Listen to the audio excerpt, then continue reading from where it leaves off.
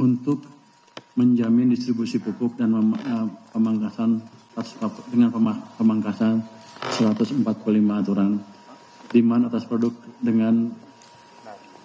atas produk pangan pendukung MBG seperti ayam dan telur meningkat signifikan tanpa gejolak inflasi. Ini karena pemerintah menjaga sisi supply, terlihat dari pertumbuhan PDB sektor ini yang di atas 5% dari sebelumnya, tidak lebih dari 2%. Manufaktur, mungkin slide yang sebelumnya. Manufaktur, perdagangan, dan Infocom juga berkontribusi besar terhadap aktivitas yang bernilai tambah tinggi. Hilirisasi terus dilanjutkan, perdagangan meningkat seiring dengan aktivitas masyarakat dan dunia usaha. Infocom meningkat seiring pembangunan infrastruktur high-tech seperti data center.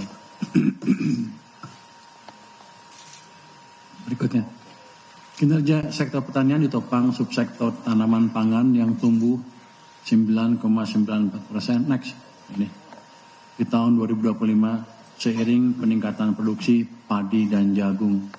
Subsektor peternakan tumbuh 7,78%, didorong peningkatan produksi telur dan daging ayam. Aktivitas sektor ini mendukung program makanan bergizi sehingga tidak terjadi inflasi dan tidak ada tekanan impor telur maupun daging ayam.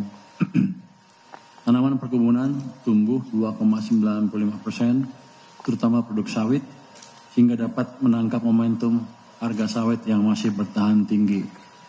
Untuk perikanan tumbuh sebesar 4,95%, didukung baik perikanan tangkap maupun perikanan budidaya. Kinerja positif sektor pertanian juga merupakan hasil perbaikan tata kelola di sisi hulu, termasuk kebijakan strategis pemerintah dalam melakukan pemangkasan regulasi distribusi pupuk. Dengan fundamental yang semakin kuat ini, sektor pertanian diharapkan terus menjadi penopang ketahanan pangan dan pertumbuhan ekonomi nasional di masa mendatang. Next. Inflasi di bulan Januari 2006 naik ke 3,55%. Lebih tinggi dari Desember 2025 di 2,92%. Kenaikan ini lebih karena low base effect dampak diskonistik yang diberikan di awal tahun 2025, sehingga inflasi administrative price juga meningkat tajam ke 9,71% year on year dari 1,93%. Meskipun di atas sasaran, tekanan inflasi ini temporer dan akan ternormalisasi pada bulan Maret. Beberapa komoditas pangan mengalami penurunan harga, mendorong inflasi volatile food turun signifikan menjadi 1,14% year on year dari bulan sebelumnya sebesar 6,21%. Inflasi volatile akan terus dijaga melalui kebijakan stabilisasi pasokan dan harga pangan serta penguatan peran Bulog. Inflasi inti naik dari 2,45%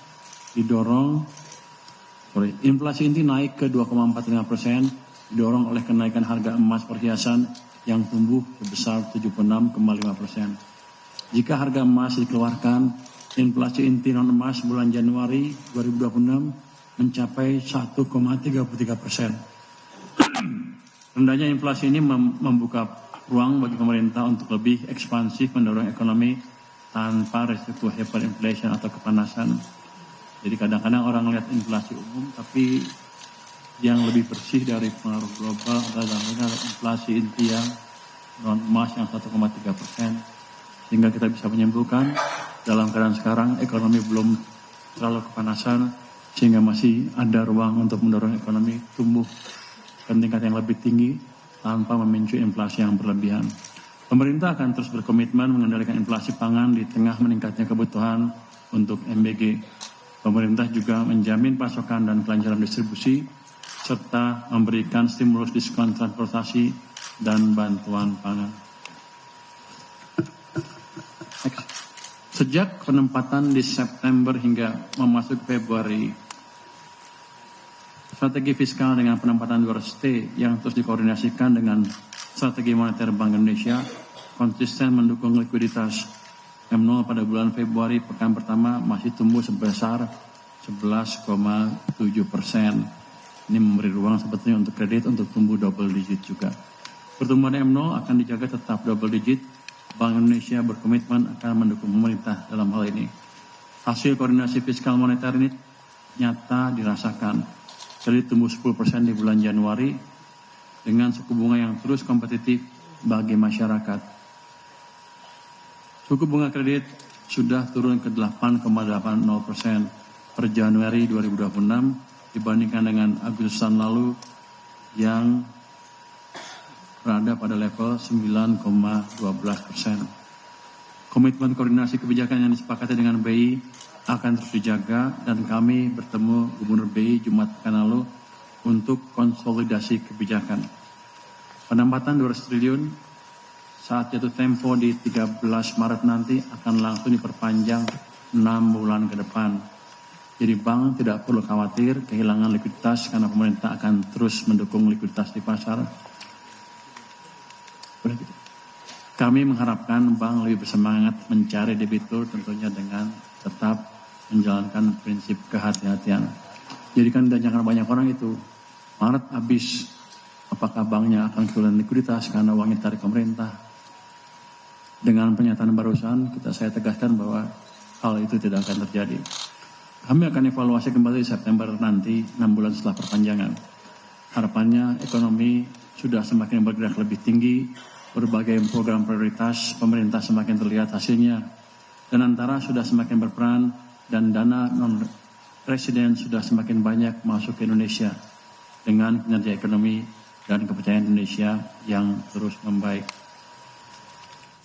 Itu tadi keterangan dari Menteri Keuangan terkait dengan kondisi keuangan negara dan juga potret terkait dengan inflasi saat ini di angka 3,55% dan juga suku bunga.